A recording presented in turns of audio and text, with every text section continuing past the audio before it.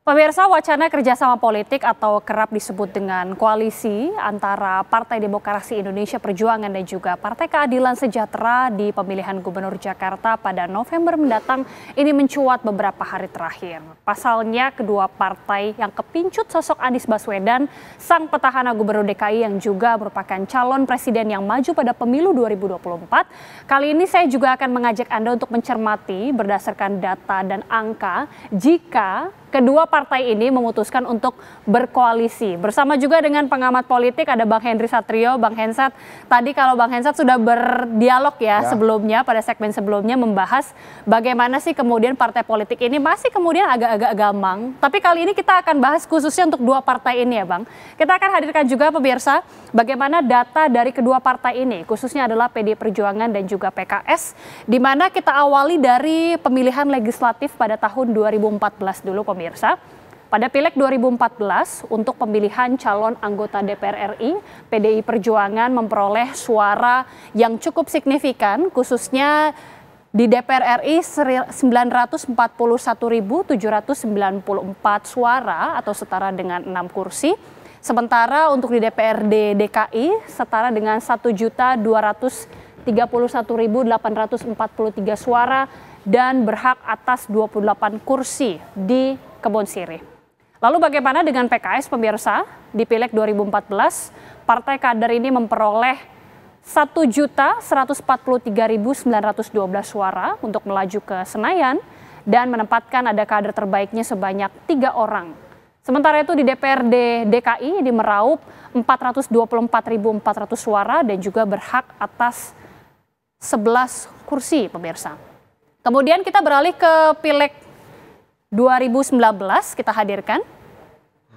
Baik, kita ke Pileg 2024 selanjutnya pemirsa. Ini ada lonjakan yang cukup signifikan, khususnya di PDI Perjuangan untuk kursi di DPR RI 1.302.000 suara atau setara dengan 4 kursi, dan juga di DPRD DKI setara dengan 850.174 suara atau 16 kursi. Sementara untuk PKS untuk Pileg 2024 yaitu untuk kursi DPR RI 1.143.912 suara atau 5 kursi, dan juga DPRD DKI 1.012.028 suara atau 18 kursi. Saya langsung ke Bang Hensat deh. Ya. Melihat perolehan suara dari PDIP dan juga PKS khususnya di Jakarta ya pada tahun 2024 ini, banyak yang mengatakan ini adalah dua partai yang paling kuat suaranya khususnya di kota Jakarta. Jadi peluangnya besar sekali ini untuk memenangkan pilkada di Jakarta khususnya. Apakah ada pandangan seperti itu memang? Ya, kalau memang kemudian mereka berkoalisi atau bekerja sama, ini menjadi kekuatan yang luar biasa. Apalagi citranya ya, PKS yang kanan banget, PDI yang katanya kiri banget. Jadi balance ya? Kalau bersatu tuh bisa jadi ada rekonsiliasi ideologi lah antara nasionalis dan Islam misalnya. Jadi ini akan sangat luar biasa bila dua kekuatan ini bergabung. Ada yang mengatakan bahwa wah ini nggak bisa nih, PDI Perjuangan sama PKS itu bagaikan minyak dan air. Di dalam politik nggak ada minyak dan air. Jadi yang minyak tiba-tiba bisa jadi air, yang air tiba-tiba bisa jadi minyak. Sehingga mereka bisa bersatu.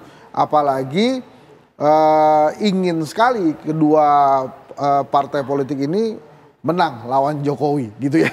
Jadi itu yang mendasari sangat mungkin mereka bekerja sama. Hanya saja sekarang kalau memang keduanya mengusung Anies Baswedan, dua-duanya kepengen wakilnya Anies itu ya dari partainya mereka. Nah itu yang harus di-solve.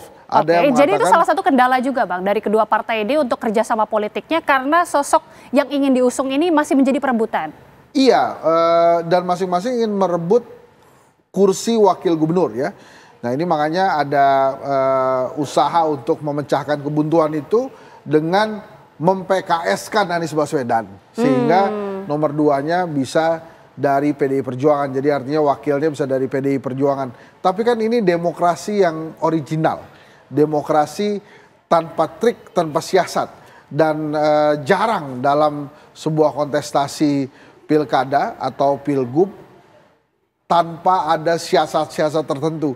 Maka itu adalah idealnya. Harusnya PDI Perjuangan dan PKS bisa bekerja sama atau berkoalisi mengusung satu calon. Yang nggak ideal juga ada. Jadi misalnya ya PKS diajak ke kubu yang tidak mengusung Anies Baswedan. Sehingga PDI Perjuangannya nggak bisa mencalonkan diri sendiri kan, karena kurang kursinya.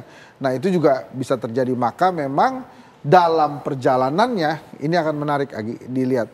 Apakah kemudian PKS dan PDI Perjuangan mampu menahan gempuran-gempuran siasat dan tetap lurus ini ya, mengusung Anies Baswedan siapapun itu wakilnya dari PDI Perjuangan maupun PKS nanti. Oke, kalau tadi Bang Hensat sempat menyebutkan masing-masing dari basis pemilih dari dua partai ini cukup kental ya, dan sepertinya seperti bertolak belakangan. Kalau kata Bang Hensat, air dan minyak. Kita akan ajak pemirsa untuk melihat bagaimana peta kekuatan dan juga sebaran suara dari Partai Demokrasi Indonesia Perjuangan atau PDIP dan juga PKS khususnya di Jakarta. Kembali kita akan lihat pemirsa.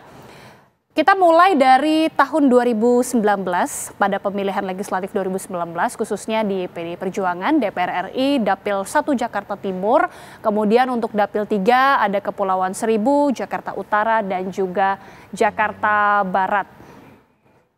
Selanjutnya pemirsa,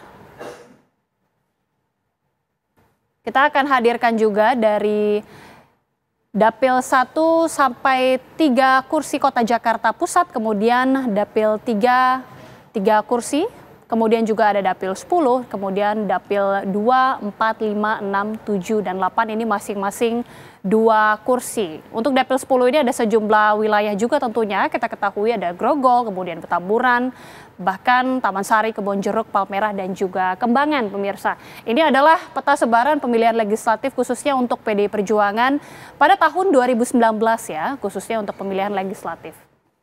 Selanjutnya pemirsa, jika tadi kita sudah melihat dari sejumlah dapil, kemudian juga tadi Dapil 1 dan juga Dapil 3 untuk di Kepulauan Seribu, Jakarta Utara dan juga Jakbar. Bang Hensat, kalau melihat dari PDI Perjuangan ini sebarannya kan cukup masif ya, dan juga tadi sudah disebutkan kalau PDI Perjuangan ini basis pendukungnya cukup kental. Apakah memang karakteristik di Jakarta ini memang seperti itu ya? Ya memang Jakarta ini kalau untuk partai politik ya, terutama 2024 itu seperti bendera kita tuh, merah dan putih itu.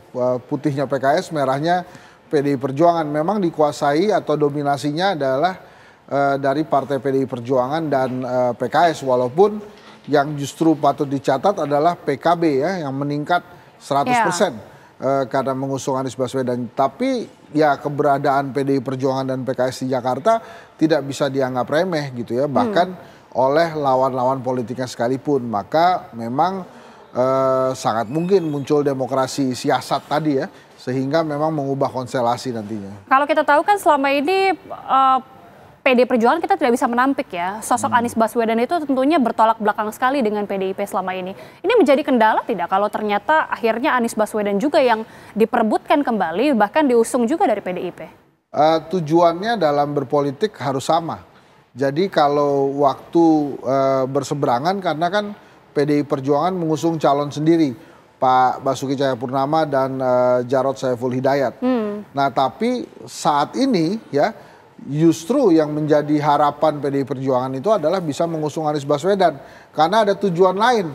Misalnya salah satunya menurut saya adalah mengalahkan Jokowi di Jakarta. Sehingga dengan tujuan yang sama ini, maka perbedaan-perbedaan akan dikesampingkan. Apakah kemudian grassroots mereka yang sangat kuat, akar rumput mereka yang sangat kuat, kemudian bisa bersatu, itu secara teori mudah dilakukan, secara konkretnya mungkin agak sulit. Tapi ya ini dia, kuncinya ada di Ahok. Kalau kemudian Pak Ahok... Ini juga disebut-sebut tentunya ya? Ya, kalau kemudian Pak Ahok bersuara, bagi para pendukung saya rasa sekarang saatnya kita mendukung Anies Baswedan, itu mungkin bisa selesai. Walaupun tidak segampang seperti yang kita ucapkan atau kita bahas hari ini. Tapi cara-cara lain itu banyak bisa dilakukan. Yang penting memang tujuannya tercapai. Nah sekarang pertanyaannya, akankah PDI Perjuangan dan PKS bisa bekerja sama berkoalisi tanpa ada intervensi dalam sebuah siasat dalam berdemokrasi tadi yang saya katakan. Karena bisa saja kemudian PKS-nya sudah kebuluan bergabung, karena kan desas-desusnya memang sudah mulai ada tawaran-tawaran bagi PKS untuk tidak mengusung Anies Baswedan. Nah kalau PKS-nya pergi, koalisi PDI Perjuangan yang mengusung Ganjar Mahfud, Perindo dan P3 masing-masing hanya punya satu kursi, jadi masih kurang. Jadi memang harus lebih ada lagi partai-partai politik yang bisa bergabung dengan PDI Perjuangan mengusung Anies Baswedan. Nanti usai jeda kita akan bahas juga bagaimana kekuatan dari PKS, karena seperti yang disebutkan Bang Hesat ini sudah mulai ada tawaran-tawaran juga. Tapi sebenarnya seberapa kuatkah dari PKS ini kekuatannya khususnya di Jakarta? Sesaat lagi kami bahas pemirsa usai jeda.